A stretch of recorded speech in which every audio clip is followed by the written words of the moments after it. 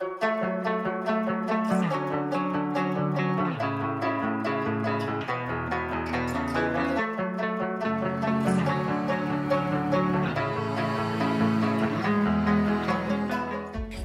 my walk with Christ, I feel like I've walked with Christ for a long time, a good portion of my life. I did not come in here on Easter Sunday with any inclination whatsoever of coming forward. Well, I think Jared's sermon urged me to come forward. Like I said, it wasn't anything that I came to actually, I had thought about it, but it wasn't like, okay, I'm going forward this morning. You know, basically quit procrastinating and do it now. And I think that his sermon that morning just really touched me. I mean, I always say my prayers and count my blessings, but just to become a more active in what I believe and in what I feel like my heart's wide open, my mind's wide open, and I want to devote my life to Christ. I have a lot of things to work on. One of my things is control. I know the good Lord walks with me and He has all my life.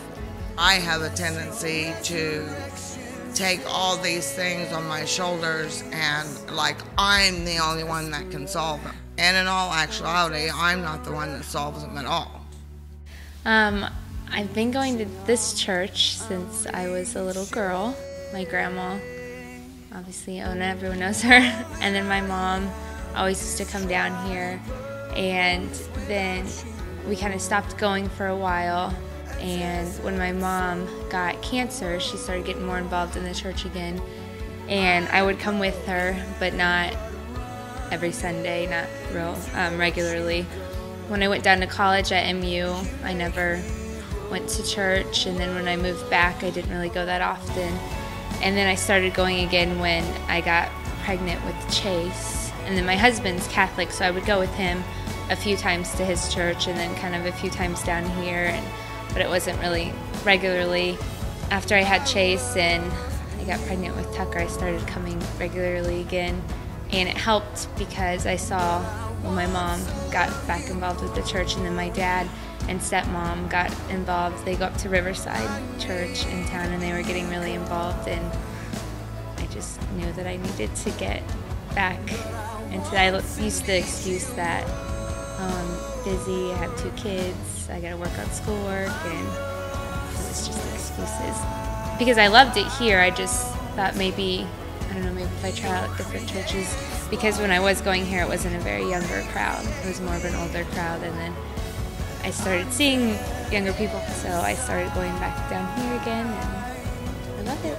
Growing up, my mom is Ona Mae's sister. We were in church every Sunday. I can remember walking home from Bible school down at Rushville and thinking then, you know, that I would like to be baptized. And I really felt that 3 or 4 times through my life. And for whatever reason, I've just procrastinated it off. And I was also, you know, I guess to a point, am I worthy to do this? Am I willing to commit to do what it needs, you know, what it all means? I asked God into my life in 2002. At Young Life Camp. I went to Young Life Camp in North Carolina, and that was the first time we did it. Just as I got in high school and college, you know, I was really selfish, and it was kind of, I mean, I've always believed in God, and I had this relationship with Him, but I wasn't real open about it. A lot of my friends, they were Christians too, but kind of the same way. It wasn't something we talked about openly and things. And then as I got older and started maturing and had, you know, I got married and had a family, and like I realized something was missing, and I just needed a better relationship with God, and I'm ready to take that next step because I feel like it's been a convenience for me that I just kind of go to Him when, like Jared said, when I needed something or when I was sad, and I don't want to do that anymore. Sorry. I just want to have a more open and honest relationship with Him. I feel like it's time for me to get baptized.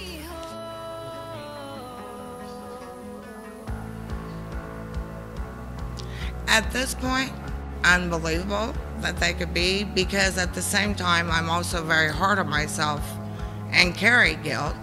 Excited that I will move forward and that I won't carry that guilt. And I would say it's somewhat intimidating. To me, it's a very heartfelt, serious deal, and to some point, it's intimidating. I by no means know all the answers. I'm learning more and more every day and want to learn more and more every day. Like you said, it's like that weight is gone, because, I mean, you think all the stuff you did wrong in your life, and, you know, and they say, you know, God forgives, but I was just like, well, does he forgive everything? You know, you just think of all the bad stuff you've done in your life, and then you just get dragged down by it. And I just feel like when I decided to get baptized, I believe that, I mean, he truly does forgive.